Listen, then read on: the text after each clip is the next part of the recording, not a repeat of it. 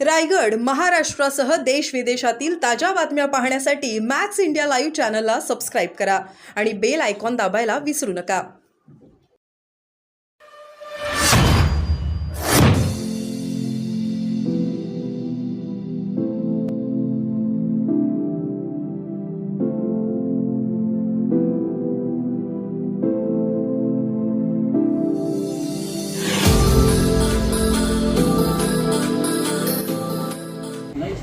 त्रास आहे ना, राजरोज पद्धतीने त्रास देण्याचं काम चाललंय सगळ्या जणांना.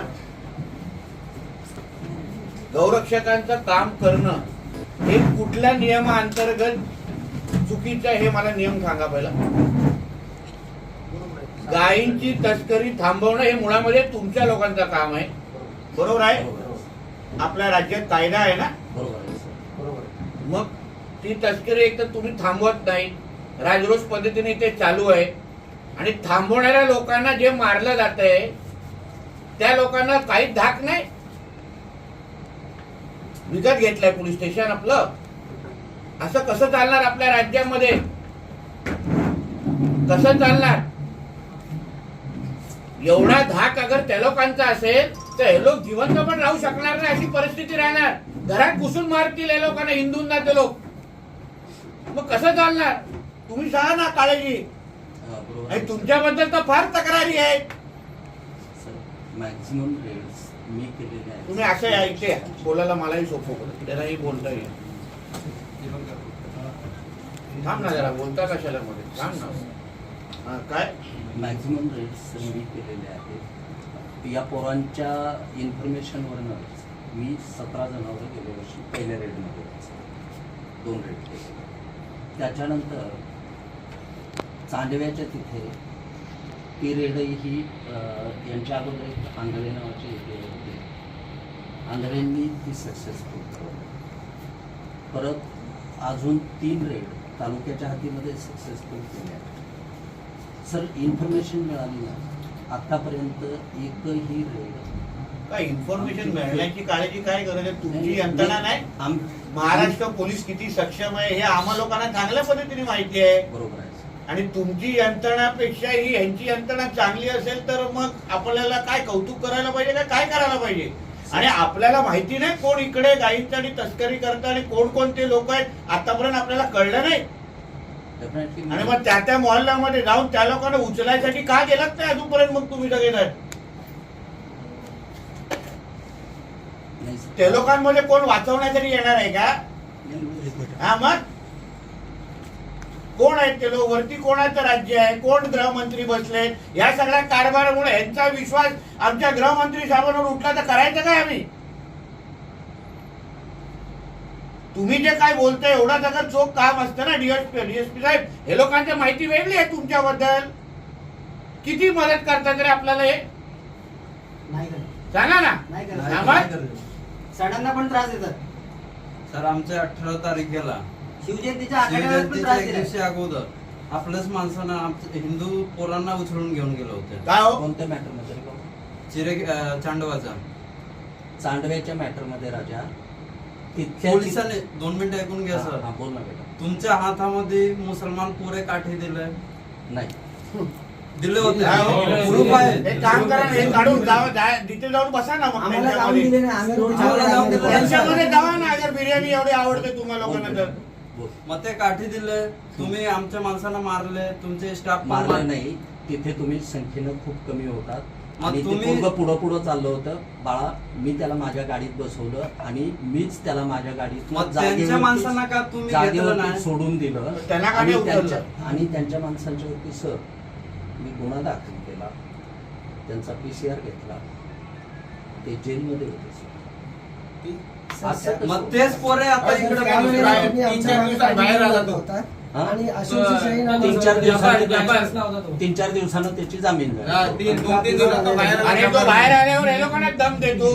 आता पण हा जो काय पोलीस स्टेशन मध्ये आमचा मुलगा तो ऍडमिट आहे, त्याला तो भडवा कोणतरी आरोपी आहे, तो त्याला बघून राग डोळे हे करतो, राग देतो त्या लोकांना. रात्री माझ्याकडे तरी मला सोपवा. नाव सांगा त्याचा आरोपीचं नाव नाही माहिती तुम्हाला? नाही तो साधा नाही फटका नाही मारला या लोकांनी त्याला. ज्यानं हा? दमदाटी केली एक फटका नाही मारला का? अरे आरोपी एवढ्या जो मुख्य आरोपी आहे ज्याला तुम्ही त्याच टायमाला मेडिकलला घेऊन गेला, त्याला अगर डोळे एवढे वाटायचे असतील ना, मी काढून हातात देतो ना त्याच्या. साहेब, धाक कुठे गेला पोलिसांचा? हे काय चाललंय आपल्या राज्यामध्ये? हे चालणं बरोबर आहे का? तुम्ही सांगा. आपल्या डिपार्टमेंटची बदनामी नाही का? आणि हे लोक का आपल्याला विकत घेतलाय का आता हे लोकांनी? की हे काही करतील आणि आपल्या हिंदूंनी काय केलं ते हे गुन्हेगार, ते लोक काही केलं तरी चालतं? किती लोकांनी हे लोकांना मारलं? 50-60 लोकांना मारलंय, मारलंय, बरोबर आहे? किती लोकांना आतमध्ये घेतलं तुम्ही? आतापर्यंत किती घेतले? व्हिडिओ पण आहे. आतापर्यंत 5 अटक आहे टोटल. आपण 50-60 लोक बोलतात हे लोक होते तेव्हा. व्हिडिओ पण आहे पोलिसांकडे. हो बरोबर आहे. आतापर्यंत 16 आरोपी आयडेंटिफाय झालेले आहेत. 16 आरोपींच्या वरती कालच गुन्हा दाखल केला. जे 5 पोलिसांना पण मारलं त्या लोकांनी. एक्झॅक्टली काय हो? रिस्पॉन्डंट होता. काय एवढी हिंमत? हातपाय तोडा त्या लोकांचे. गोरक्षकांना वाचवता राजवाडीमध्ये पण याच्यावरती पण हे झालं. गेल्या गेल्या वर्षी राजवाडीमध्ये सुद्धा गोरक्षकांना वाचवता माझा एक केस आहे आणि 4 कर्मचारी, त्यांच्या बाबतीतही हाच इन्सिडेंट. सुरुवातीला ऍक्शनच घेत नाही. पण त्याचं त्यांना जे काही प्रायश्चित्त आहे मी तुम्हाला ते बोलतो, कायद्याच्या मूळ चांगल्या- मुद्द्यावर नाही, मूळ मुद्द्यावर तुम्ही हातात घालत नाही. म्हणजे त्या लोकांना कायद्याचा धाकत राहिला नाही.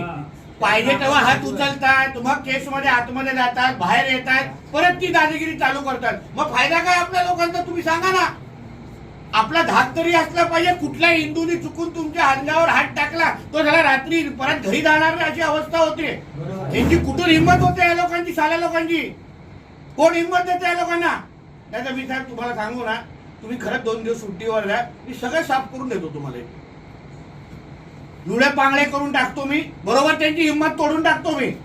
आम्हा लोकांना तुमच्यावर विश्वास आहे, डिपार्टमेंटवर आतापर्यंत विश्वास आहे, म्हणून आम्ही काय बोलत नाही.